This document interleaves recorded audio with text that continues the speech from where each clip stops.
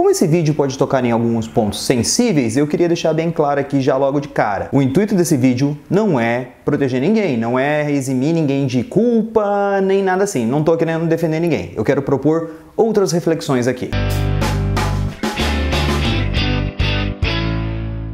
É possível separar artista de obra? Com esses últimos escândalos de Hollywood, esse pensamento me veio na cabeça, sabe? Quando eu vejo aqueles atores atuando, quando eu vejo falar de produtores produzindo um conteúdo e aquele conteúdo ele tem ali um grave caso de abuso ali envolvido no meio, quando a gente tem artistas, pessoas que se propõem a fazer arte, mas eles acabam se envolvendo nessas coisas ruins, como por exemplo os casos de abuso contra pessoas que a gente tá vendo aí, casos como o do Kevin Spacey, do C.K. Lewis, do James Franco, Gary Oldman, Woody Allen, ou até se a gente parar e pensar, tem vários outros casos, isso não é uma coisa de agora. E ser artista nunca foi um atestado de idoneidade para ninguém. Sabe, eu gosto muito de arte, mas muitas vezes eu nem sei exatamente quem é o autor. Eu vejo muitos filmes e não sei nada daquele diretor, eu não sei nada dos produtores daquele filme. Então a gente acaba sendo impactado, a gente acaba sendo pego de surpresa quando a gente fica sabendo desses escândalos, quando a gente fica sabendo que uma parada tão legal, às vezes foi feito por uma pessoa tão escrota. Quando eu vejo a arte, eu sei aquilo ali que ela tá me passando. Quando eu vejo um filme, eu sinto aqueles sentimentos. Quando eu vejo um ator atuando, eu vejo aquela persona ali encarnada. Quando eu vejo um quadro, eu vejo todo aquele conjunto de cores, pinceladas, aquilo ali me passa uma sensação, e quando a obra me interessa, eu vou saber quem é o autor. Afinal, quando você ouve uma música boa, você quer saber que banda é aquela, você quer ir atrás, você quer consumir mais aquilo, mas às vezes a gente dá com os burros na água. Porque você vai pesquisar a vida do artista, ou até mesmo eu, como professor de História da Arte, eu vou pesquisar a vida do artista, e eu fico extremamente decepcionado ao ver que o cara é bizarro. Quando eu escuto uma música do Morrissey, e depois eu vou e descubro que ele tem várias interações com supremacistas brancos. Tipo,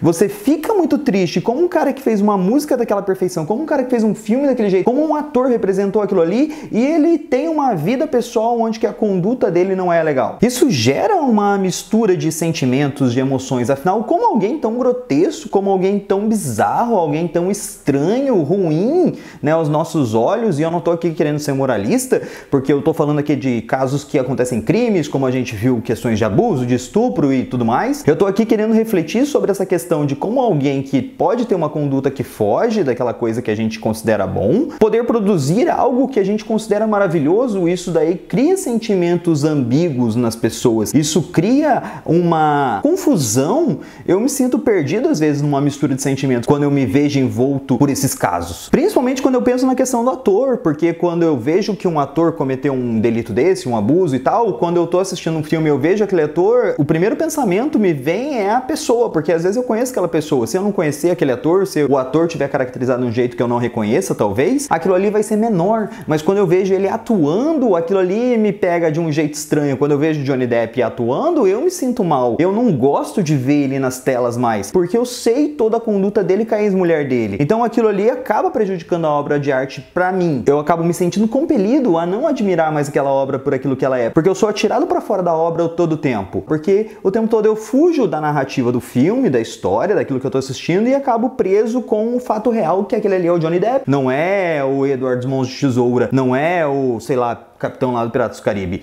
Já é a pessoa, não é mais a arte. Um dos pintores que eu mais admiro é o Caravaggio, grande artista barroco, o trabalho dele é excepcional, e quando eu fui estudar a vida do Caravaggio, eu descobri que ele tinha matado um homem, né, e ele tinha uma questão toda de fugir da polícia, de fugir das cidades onde ele estava e tudo mais. Esse ato de matar uma pessoa, é claro, é um ato deplorável, é algo a ser condenável. Quando eu fiquei sabendo daquilo ali, é claro, eu levei um choque, mas ele se tornou uma figura ambígua pra mim, porque a obra dele, ela também trata dessa questão da culpa. O Caravaggio, ele começou a se representar morto em suas próprias obras, porque ele queria trazer aquele aspecto da culpa que ele sentia por ter matado também. Então a gente sai daquele parâmetro de branco e preto, de luz e trevas, e a gente acaba caindo numa parada cinza, num universo cinza, onde não existem necessariamente mocinhos e bandidos, existem pessoas reais com problemas reais, e o artista, ele não tá acima desse mundo real, ele também vive aqui, ele também não é um mocinho, ele também não é um bandido, ele é uma pessoa. Essa questão do Caravaggio, pra mim trouxe um brilho muito maior para o trabalho dele, para a vida dele, porque eu deixei de ver ele simplesmente como um artista e comecei a ter uma relação mais afetiva com o trabalho. Claro, é uma relação ainda ambígua, eu não sei o que pensar de Caravaggio, não sei o que pensar moralmente falando sobre os atos dele, mas a obra dele ganhou uma camada a mais quando eu analiso ela. Que é um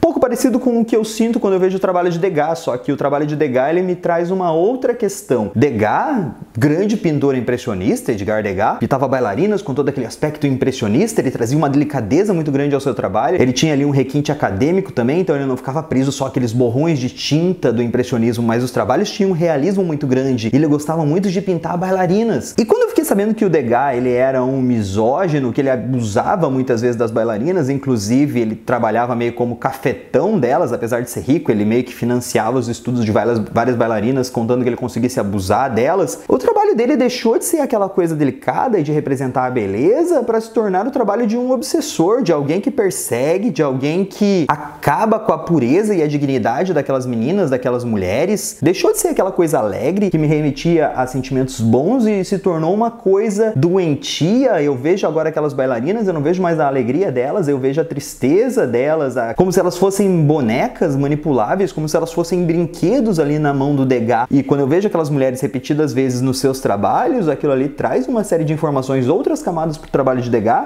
que fazem a gente pensar em toda a vida daquelas mulheres que foram abusadas por ele também. E é claro, a obra de arte em si, ela sempre vai passar sentimentos, só que quando você se depara com características do seu autor, coisas sobre a vida desse autor, ela vai ganhando camadas que às vezes não é a camada que você esperava ver naquele trabalho. Talvez fosse melhor eu morrer na ignorância e nunca ter entendido quem era Degas e continuar admirando as bailarinas do jeito que eu admirava antes.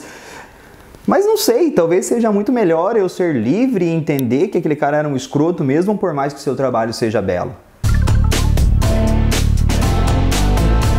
Conta a lenda que John Lennon se apaixonou primeiro pelo trabalho de Yoko Ono, depois que ele se apaixonou por ela. A historinha fala que ele chegou numa exposição do grupo Fluxus, do qual ela fazia parte, e tinha um trabalho dela lá, o Sailing Painting, onde você tinha que subir numa escada, lá no alto da escada tinha uma lupa pendurada numa correntinha, você pegava essa lupa e usava essa lupa para te ajudar a ver o que estava escrito no teto, e lá no teto estava escrito yes, estava escrito sim, e quando John Lennon viu aquele trabalho, ele falou, caraca, quem é essa pessoa que teve essa sensibilidade de criar uma obra tão bonita, né? Esse caminho, essa dificuldade para você encontrar um sim lá no finalzinho. Era uma afirmação de delicadeza e de sensibilidade que o John Lennon contou que ele se apaixonou por aquilo ali. E depois ele foi ver quem era a pessoa, descobriu que era Yoko Ono, se apaixonou ainda mais pela pessoa da Yoko Ono e acabou casando com ela, e a gente tem lá a história de amor dos dois. Eu fico preso muitas vezes nesse aspecto. Eu me apaixono e desapaixono o tempo todo por obras de arte, por artistas. Não sei se é o poder da obra de arte em si, não sei se é porque eu sou libriano mesmo e tenho dessas coisas, mas a arte, ela é esse canal de transmitir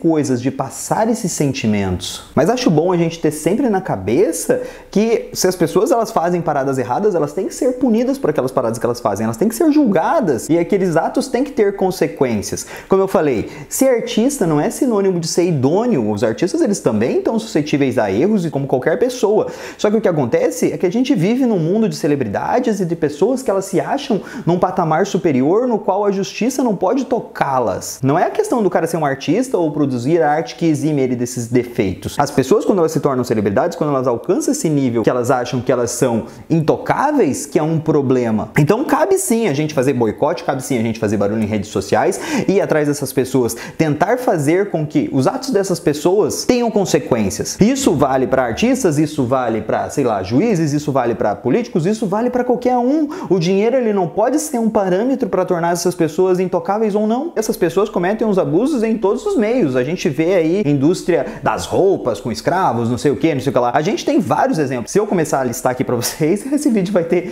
20 horas de duração. Mas é bom a gente ficar ligado. Não adianta a gente fazer boicote só a sériezinha de Netflix. A gente tem que começar a pensar em ações práticas na nossa vida também. Arte de segunda não é só arte de segunda também é consciência. Espero que vocês tenham gostado desse vídeo. Agora lá no Facebook tem a nossa página Arte de Segunda, entre lá, curte, eu tô volta e meia lá compartilhando algumas notícias a respeito do mundo da arte. Entra lá pra gente discutir um pouquinho mais também. Um grande beijo, consciência e abraço.